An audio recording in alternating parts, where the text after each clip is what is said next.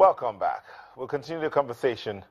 Are the palliatives proposed by the federal government feasible? Ayodele, Adewale, and Taufik Gani are in the studio. So the question that Aspen asked was, this palliatives, or I mean the subsidy, the Minister of State says it was 200 billion. That's what we saved from moving the subsidy. And the federal government proposed palliatives worth about 500 billion. Where is this going to come from? Now, they are saving 200 billion from the subsidy funds. That is kept aside. Remember, they are also going to borrow some money from the capital market. We are also going to generate more money from taxes and some other sundries. The fact that 200 billion have been saved is an added value to what is on ground. Remember that the EFCC has also helped us to get more money, more funds, which the president has said is going to announce by May 29th. So all of these variables put together presupposes that we're going to have enough funds for this palliative and other sundries of development for the Nigerian people and the Nigerian state. That is why I've said we have 4 quarters in a year to monitor the operation of this budget. Let Labour just stand down for 2 quarters. Let us monitor the workings of this budget and how it will be implemented. Everybody becomes a watchdog, and we help government to succeed. Because what we need fundamentally in this country is human capital. If you can develop the human capital appropriately, it will catalyze all other forms of development in the country. We can also export our human capital in order to get the foreign earnings that we desire. Okay. Gani, he said something which you missed out, and I think I want you to respond to that. He said, your government, I mean, your party had been in leadership for a long time and did not build the infrastructure, did not manage its resources well. If you had done that, then this wouldn't have become a need. That's not true. That's not true. Of course, you will know that we inherited the bad government the military gave to us. I mean, one of our own leaders, Obasanjo then, I mean, gave to us democracy in 1979, even as a military president, and you saw what he did as a Democrat. But the Ethiopian president was actually the one that actually truncated democracy in 1983 and put us 25 years back. You understand? So, but we came, the PDP came and took control of the mess that we had in the government and then in the country, and then we started a lot of infrastructure development, a lot of, first, you must give it to us, that we were able to sustain democracy for 16 years. Now it is at risk now. The country is worse divided now against itself. Now, we also brought in such infrastructure like telecommunication. You will not take it from us, whether you like Jonathan or you hate him. He revived railways. So funny that even a minister who was governor in Rivers State came in and said he never knew that railway could walk from Kano to this. We of course, you know about the Lagos-Ibadan road. Go to north, you have very good roads in the north. But you know, even within the serious militarized opposition that this present party gave to us, since there are various names of AD and the same thing, understand? I mean, the PDP was still able to galvanize itself the little it could and gave Nigerians the much. Now, we attempted to get some loans. They went. There were protests in all the embassies all over the world. Don't give them. They want to use it for election. We attempted to buy arsenals and the rest to fight Boko Haram. Don't give them. They want to sell to them. They want to use it to commit genocide. You understand? So many other things like that. These same APC governments had governors who took Jonathan's administration to court when we wanted to save enough money. You understand? By Okonjo-Iweala, the sovereign went from, they took the country to court and said that no, they should not. You understand? Now, the little money that we still forced ourselves, the PDP, to save was what these same APC governors came in, first and foremost, to collect as bailout. Upon collecting the bailout, they have not been able to pay the salaries. Now, that is why we say that nobody can trust the APC to give us any palliative. Because this last administration, the last administration, Jonathan, did something similar to it in Shopi. Even though they did not allow him to get enough money that would have pushed us higher than where we are now. Now, the Shopi money was distributed amongst all the states. Up till as I talk, Governor Fashola has not admitted. I said it several times, even during the campaigns. They have not admitted that they collected a kobo. This is the type of thing that we expect that General Buhari, fighting corruption, should also look into. Because these were the monies collected and then everything they used to campaign for him, and then they said that PDP stole money to as if it was only PDP that used money in conducting that election. You understand? So there is no confidence. There is already a betrayal of trust. The way and manner the APC has run the government in the last 11 months, for us to believe that they can give us any palliative. There is no palliative. What they are doing now is to get enough money for 2019. By 2019, the worst will happen. Hold on.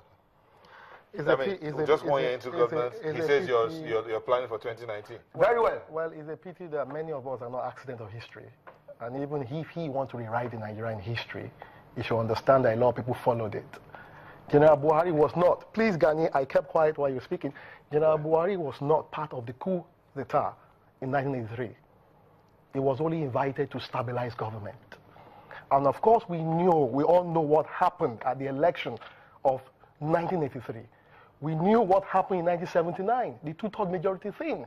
Chief Obafemi Awolowo of blessed memory won both elections. And if Awo was allowed to govern Nigeria, I can assure you we're better off than Singapore today.